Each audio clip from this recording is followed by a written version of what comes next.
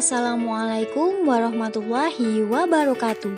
Perkenalkan, nama saya Indah Eva Yuliani, NIM 1812916, seksi 18BB05, jurusan Pendidikan Guru Sekolah Dasar, Fakultas Ilmu Pendidikan, Universitas Negeri Padang. Video pembelajaran ini saya buat guna memenuhi tugas semester mata kuliah semangat keSD-an dengan dosen pengampu Bapak Mahyudin SSN MHUM. Nah, sebelum kita memulai pembahasan materi hari ini, kita berdoa dulu yuk. Kawan-kawan pun mesti dah sediakan ikut kita orang mengaji. Jangan terlepas, nanti rugi. Betul. Bismillahirrahmanirrahim. Rabbi shrah li sadri wa yassir li amri wahlul 'uqdatam min lisani yafqahu qawli.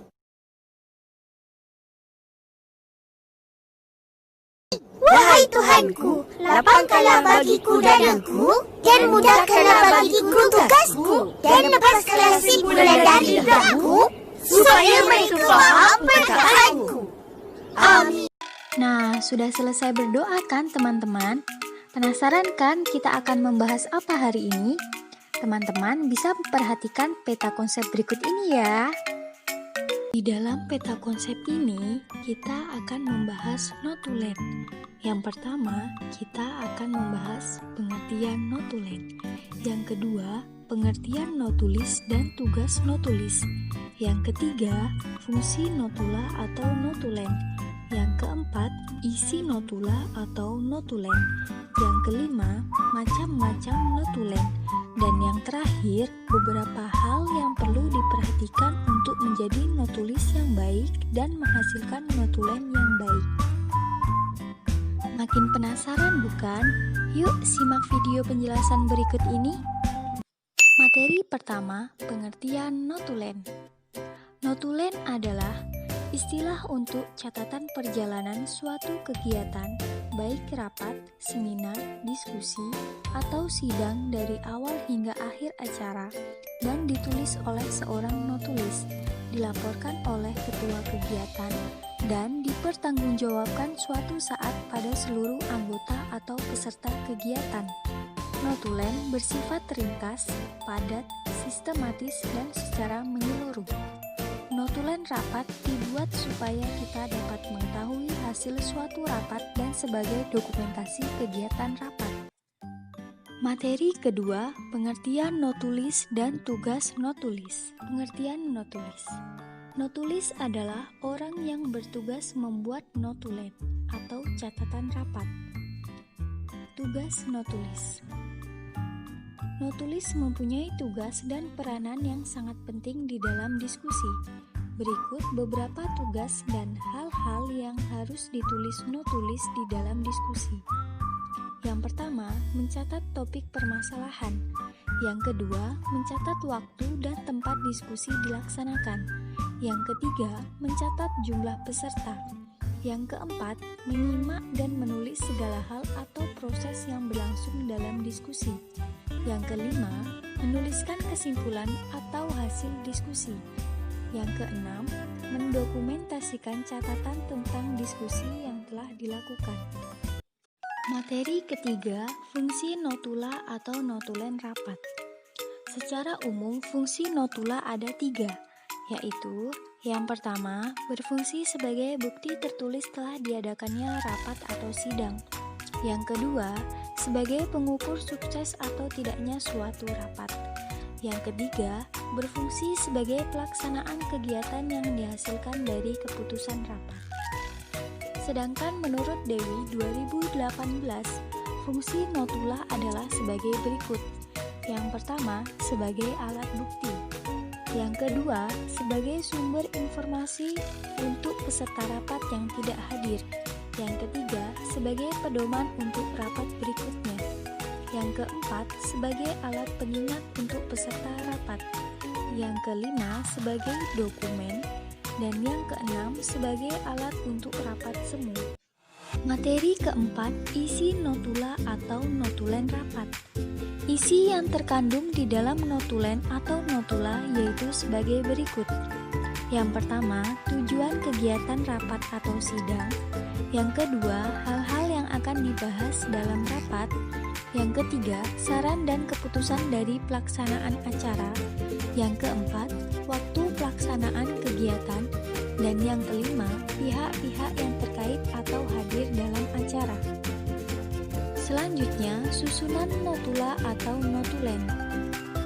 Di dalam menulis notulen, ada rangkaian yang harus diperhatikan agar notulen tersusun singkat dan sistematis. Berikut susunan notulen adalah: 1. Kepala notulen. Kepala notulen merupakan bagian awal dari penulisan notulen. Adapun kepala notulen berisi tentang A. Nama atau tema yang dibahas, B. Hari dan tanggal acara dilaksanakan, C. Waktu atau jam pelaksanaan acara, D. Tempat pelaksanaan acara, E. Unsur-unsur yang terlibat dalam acara, yakni ketua dan wakil ketua, sekretaris, notulis, dan peserta. 2. Isi notulen. Isi notulen adalah bagian dari notulen yang berupa hal-hal yang dibahas dan hasil keputusan rapat. Susunan sistematika dalam isi notulen dapat dibagi menjadi 4, yaitu A. Kata pembuka, B. Pembahasan, C. Pembacaan keputusan, D. Waktu atau jam penutupan. 3. Bagian akhir notulen. Bagian ini merupakan penulisan terakhir yang terkandung di dalam notulen, yang membahas penjelasan tentang hal-hal akhir penulisan notulen. Bagian akhir notulen dibagi menjadi 3, yaitu A. Nama jabatan, B. Tanda tangan, C. Nama pejabat, pangkat, atau NIP. 4. Penanda tanganan. Penanda tanganan berisi tentang tanda tangan dari pihak-pihak yang dianggap penting dan bertanggung jawab atas terlaksananya acara rapat tersebut. Notula biasanya ditandatangani oleh ketua, wakil ketua, sekretaris, dan notulis. Nah, berikut contoh dari notulen beserta susunannya. Pada bagian paling atas yang ditunjuk panah menunjukkan kepala notulen. Bagian selanjutnya menunjukkan isi notulen. Bagian berikutnya yang ditunjuk panah menunjukkan bagian akhir notulen yang terdiri dari nama dan jabatan. Dan bagian paling bawah atau paling terakhir menunjukkan penanda tanganan. Materi kelima, macam-macam notula. Macam-macam notula diantaranya adalah sebagai berikut. Yang pertama, notula harfiah. Yang dimaksud dengan notula harfiah adalah laporan atau pencatatan secara kata demi kata seluruh pembicaraan dalam rapat, tanpa menghilangkan atau menambahkan kata lain, yakni kata dari notulis. Notula harfiah biasanya berbentuk dikte atau catatan stenografi, menulis kembali hasil rekaman dan gabungan dari keduanya. Yang kedua, notula rangkuman. Notula rangkuman adalah laporan ringkas tentang pembicaraan dalam rapat. Notulis harus dapat memilah dan memilih setiap pembicaraan. Hal-hal yang ditulis oleh seorang notulis adalah yang sesuai dengan tema rapat dan tujuan rapat. Materi keenam, beberapa hal yang harus diperhatikan untuk menjadi seorang notulis yang baik dan menghasilkan notulen yang baik. Beberapa hal yang harus diperhatikan untuk menjadi seorang notulis yang baik dan menghasilkan notulen yang baik juga antara lain: A. Pahami maksud dan tujuan dari diadakan rapat atau seminar. Agar mampu mencatat dengan baik ketika rapat sedang berlangsung, ada baiknya seorang notulis melakukan riset sebelumnya tentang tujuan dari rapat tersebut. Begitu ketika rapat sudah dimulai, notulis akan paham latar belakang dari rapat tersebut. B. Persiapkan dengan baik. Persiapkan sebelumnya alat-alat yang dibutuhkan. misalnya laptop, alat tulis, ataupun jika perlu Notulis menyediakan alat perekam yang dapat membuat Notulis lebih mudah dalam menyusun laporan nantinya. C. Kenali para peserta rapat. Jika seorang Notulis tidak begitu mengenal peserta rapat yang mengikuti rapat tersebut, sebaiknya Notulis menanyakan sebelum rapat dimulai, baik kepada rekan kerja ataupun kepada atasan yang menugaskan Anda. D. Konsentrasi dan tangkap intisari pernyataan dari rapat tersebut. Berfokuslah pada rapat yang sedang berlangsung, tidak perlu mencatat setiap kata yang diucapkan dari pembicara. Cukup tulis poin-poin yang menjadi bagian penting dari rapat tersebut. E. Gunakan template.